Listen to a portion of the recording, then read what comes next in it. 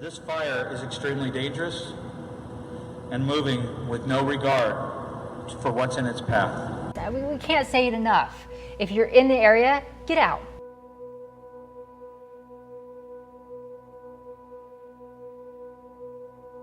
That night, the fire made its own path, jumping large barriers and feeding off itself in the form of a tornado. In this situation, everywhere you drove, it seemed like you were driving into more fire.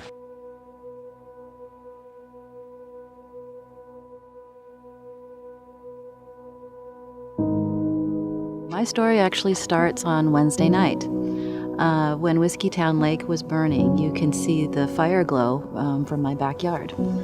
So I watched that through a good portion of Wednesday night. I was getting closer and closer, and at some point in time I needed to get some sleep, so I did. And when I woke up in the morning on Thursday, it was very still. Did not hear or see the fire. I got my 2 children ready and started gathering some of my disaster supplies together because I just had one of those feelings that Thursday was a day that I'd be gone for a couple days. I was out of town with my husband, Daniel. We were in Montana hiking when we got a call that we were being evacuated.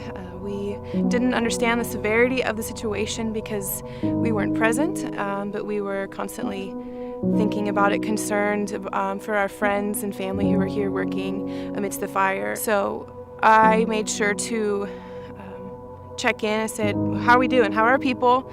You know, what's our plan? Do you need me to come back right now? And everyone's like, you know what, it's okay, because they were trying to protect me. They knew that my house was gone. So my husband and I had a discussion and we decided to come home so that we could start taking care of things. That Thursday morning, we knew it was pretty serious and that we were possible for evacuation.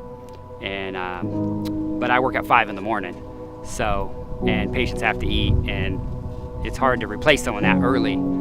So I decided to go to work, and I cooked breakfast for patients that morning. And everyone's like, "What are you doing here? That fire's pretty close." And I said, "Well, you know, my wife's there, and once I get this done." So meanwhile, we serve all the patients their breakfast, and I check on my wife, and she's like, "Hey, the neighbor just came by and said we're definitely gonna get evacuated."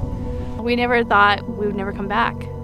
I mean, we're still not back. We've got to come out and see our home, what's left, but never thought we would not have a home. I stood on the roof and saw that we were surrounded by fire.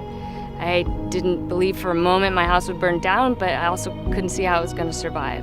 Everyone reached out, lots of phone calls, lots of texts, you know, and I have to say I was shocked by all the attention, and I didn't know what it was really like to be a receiver. I guess I'm just more of a giver in general, and so to be on that end, I have to say it was really helpful. I couldn't imagine getting through it without all the support. I've never been in need of so much support before. I would look at our staffing for the day, and almost all of us have lost our home today, and we're all here.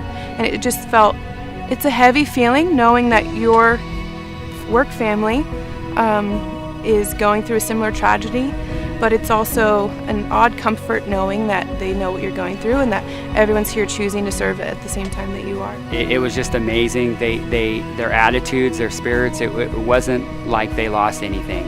It was more like, I have to be here and I'm gonna give back. You just seen the normal person that was at work. And that's the crux of Dignity Health, is we are one very large family. So much support from my team and my family, and I feel really blessed to work there, really blessed to be a part of it. It's like work just wrapped their arms around me and gave me a big bear hug. Dignity Health is just a big community of their own, and we're going to show that you can't take us down.